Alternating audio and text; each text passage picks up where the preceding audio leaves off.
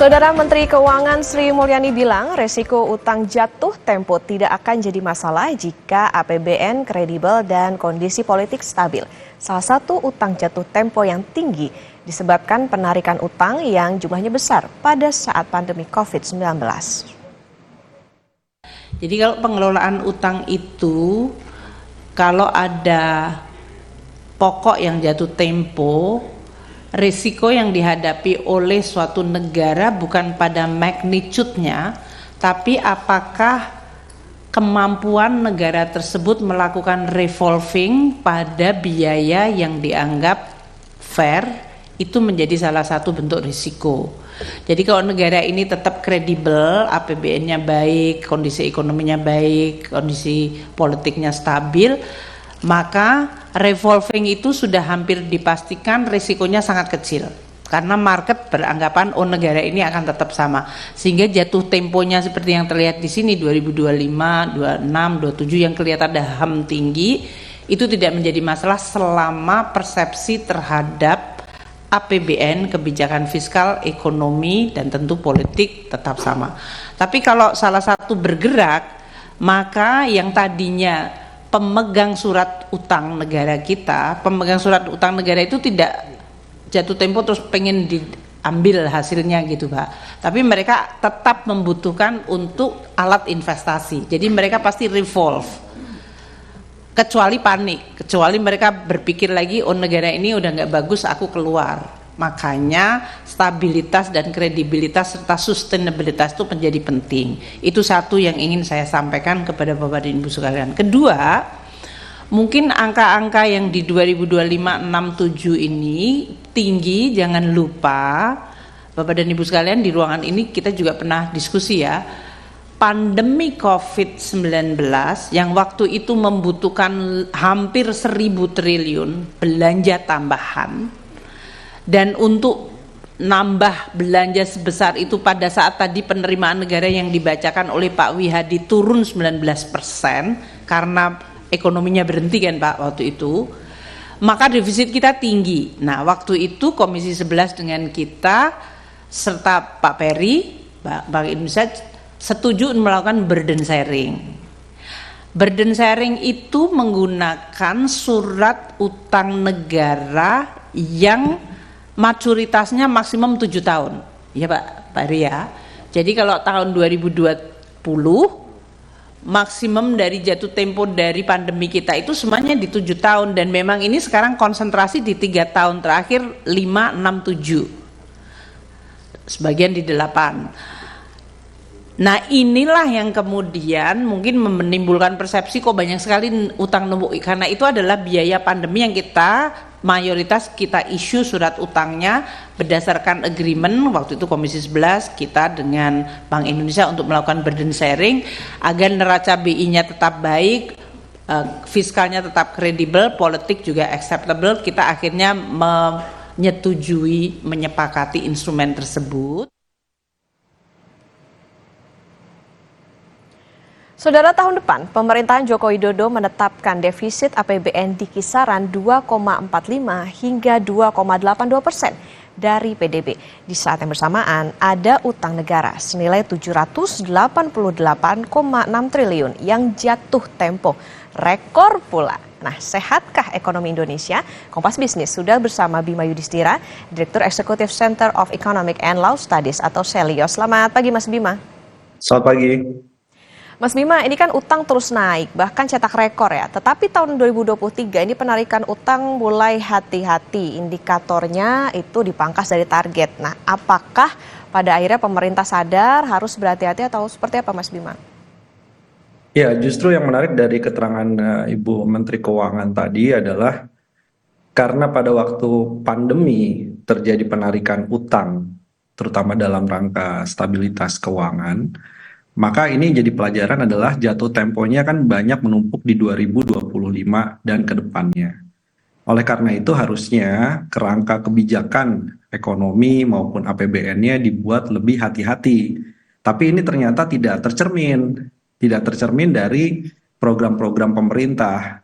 Misalnya salah satunya adalah mendorong ibu kota negara. tetap dengan belanja negara yang lebih dominan dibandingkan investasi swasta. Belum kemudian penjaminan yang angkanya meningkat untuk BUMN di bidang infrastruktur. Ada program-program yang harus disinkronkan, jadi legacy ataupun warisan proyek dari Pak Jokowi harus selesai, sementara ada program ke depan pemerintahan yang baru, makan siang atau sarapan pagi bergizi, ada hilirisasi juga mau dilanjutkan, ada food estate misalnya. Nah ini semuanya jadi nggak sinkron satu sama lain. Jadi kita melihat tekanan utang ini akan semakin berat, semakin meningkat, karena bayangkan di 2024 saja, itu ada 1.100 triliun lebih beban bunga utang dan utangnya. Nah ini gambaran bagaimana beratnya sebenarnya fiskal negara ini. Kalau 1.000 triliun itu harus ada dananya untuk membayar utang, kemudian juga untuk membayar bunganya. Nah tahun depan utang jatuh temponya 800 triliun lebih. Jadi ini artinya apa? Artinya pemerintah mulai sekarang seharusnya dalam rangka sinkronisasi kebijakan ke depan fiskal itu dibuat agar program-program yang memang tidak perlu untuk dijalankan pada tahun 2025 itu harus dirasionalisasi. Nah ini kan artinya kan ada pilihan. Mau mengalahkan warisan Pak Jokowi ditunda dulu sebagian prioritas pemerintahan yang baru, atau sebaliknya. Jadi pemerintahan yang baru Pak Prabowo nanti tahun pertama bisa jadi tidak melakukan apa yang dikampanyekan, program-program baru yang dikampanyekan. Karena harus menyelesaikan dulu warisan infrastruktur, warisan program, dan lain-lain. Yang kedua adalah soal rasio pajak.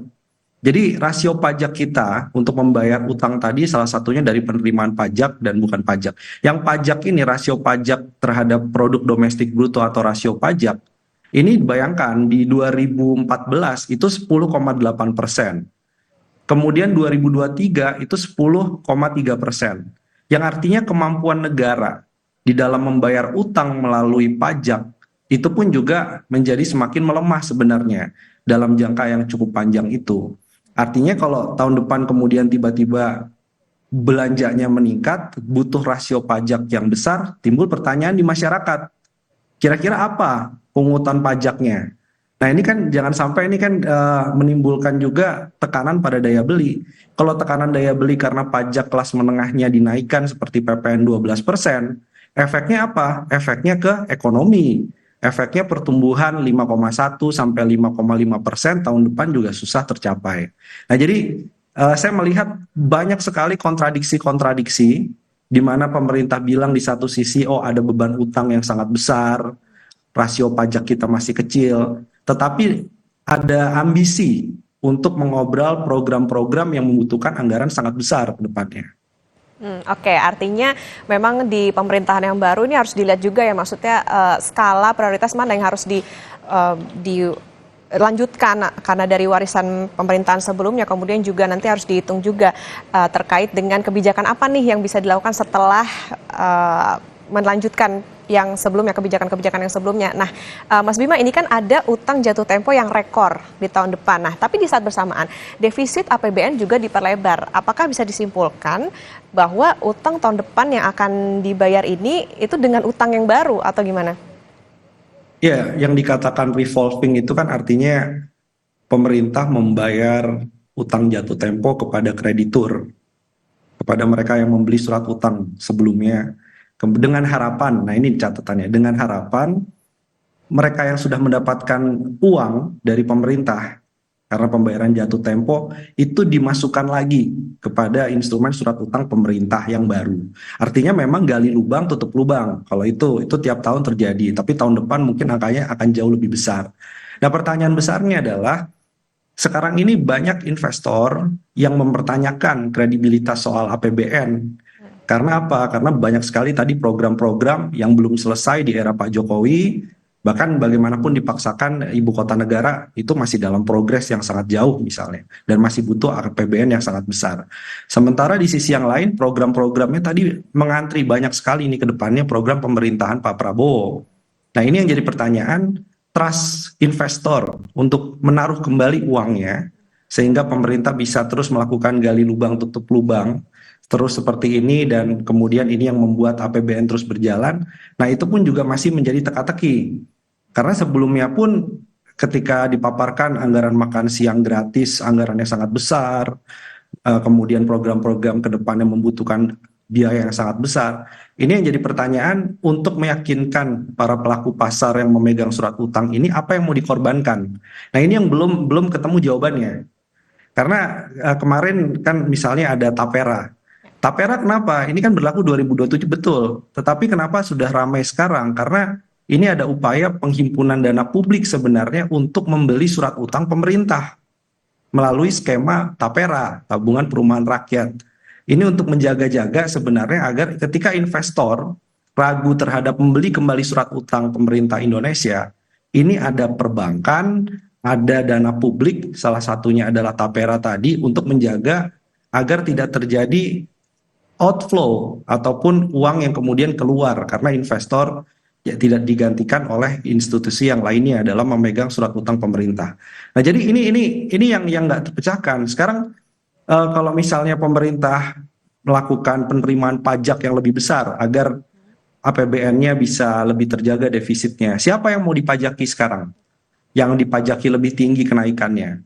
Nah, ini kan ada solusi-solusi yang sebenarnya harus dijalankan sejak lama tapi belum dijalankan. Mulai dari memajaki orang yang super kaya, jangan dikasih tax amnesty. Kemudian memajaki perusahaan-perusahaan yang mendapatkan anomali keuntungan dari komoditas, windfall profit tax. Jadi caranya banyak sekali. Sehingga apa? Ekspektasi tadi bahwa kita tidak terlalu banyak untuk mengumbar utang baru, menutup utang lama, ini bisa segera dicari solusinya dan dijalankan secepatnya. Kalau nggak, saya khawatir akan ada budget stuck. Jadi budget stuck ini adalah ketidakmampuan budget ataupun anggaran untuk menjalankan program-program pemerintah, terutama program-program yang prioritas. Nah, karena tidak dicari jalan keluar dari sisi pajak, dari sisi belanja, juga dari sisi bagaimana mengurangi rasio utang secara signifikan. Menarik tadi soal bagaimana kepercayaan masyarakat. Nah, ini kemarin Mas Bima Sri Mulyani bilang nih, resiko utang jatuh temponya tidak akan jadi masalah kalau APBN-nya ini kredibel dan kondisi politiknya stabil. Nah, gimana Mas Bima memaknai ini? Sinyal apa sih sebetulnya yang dilempar oleh Menkyu? Ya, memang ini kan yang jadi permasalahan, ada salah satu wacana besar untuk menambah misalnya nomenklatur kementerian di pemerintahan yang baru. Sementara kalau untuk mengakomodir konsolidasi politik yang sangat besar dengan membentuk kementerian lembaga baru, ini berapa budgetnya, berapa anggarannya. Itu pun juga yang menjadikan tadi kredibilitas politik dan anggaran itu salah satunya masalahnya di sana. Kemudian yang berkaitan juga dengan misalnya kredibilitas APBN politik, ini arah subsidi energi, ini kemana arahnya? Apakah tahun pertama akan ada pemangkasan subsidi energi? Tapi kalau subsidi energi dipangkas, banyak kelas menengah rentan juga yang akan kena. Karena selama ini kelas menengah rentan juga banyak menggunakan subsidi BBM, subsidi solar misalnya, subsidi listrik. Nah, jadi ini bagaimana caranya agar politik ini inline. Jadi dia bisa menjalankan program politiknya, membuat stabilitas politik, tapi di sisi yang lain anggaran-anggaran yang memang bisa dipangkas, tapi dialokasikan ke tempat yang sesuai. Nah, itu menjaga ekspektasi dan kredibilitas. Karena memang tantangannya memang mungkin berbeda ya dari 2014 kemudian 2019. Jadi era Pak Prabowo ini adalah era untuk tahun pertama mengkonsolidasikan agar jangan banyak yang minta jatah menjadi menteri ataupun kepala lembaga sehingga birokrasi bebannya terlalu berat. Itu satu. Yang kedua adalah bagaimana menjaga agar proyek-proyek yang kemudian kemarin di era Pak Jokowi itu bisa diteruskan, tapi dengan rasionalisasi dan tetap menjaga ekspektasi bahwa tidak boleh ada proyek yang mangkrak. Ini tantangan yang besar. Ketiga, di era Pak Prabowo ini akan menghadapi tidak ada bonanza komoditas. Itu yang kita lihat juga dari dokumen kerangka ekonomi makro APBN 2025. Jadi batu bara, sawit, kemudian karet, dan banyak komoditas-komoditas yang menjadi unggulan ekspor, ini harganya lesu. Minyak, gas alam harganya lesu. Dan ini membuat penerimaan negara dari pajak dan bukan pajak menjadi agak sulit di awal pemerintahan Pak Prabowo. Nah, ini tantangannya untuk ke depan jauh lebih berat daripada Pak Jokowi 2014 dan 2019. Artinya menjalankan kebijakan juga harus realistis ya sama anggarannya. Nah, berarti Mas Bima, apakah di pemerintahan Pak Prabowo sama Mas Gibran ini perlu ada refocusing anggaran? Mana yang lebih penting? Potong subsidi atau potong anggaran kementerian? Ya, saya pikir ini poinnya adalah harus berani. Jadi fungsi dari tim transisi terutama di bidang fiskal, anggaran, ekonomi ini harus berani berkata tidak. Jadi ini fungsi dari Bu Sri Mulyani juga sebenarnya dan kabinet yang ada sekarang untuk berkata bahwa ini tidak bisa dijalankan.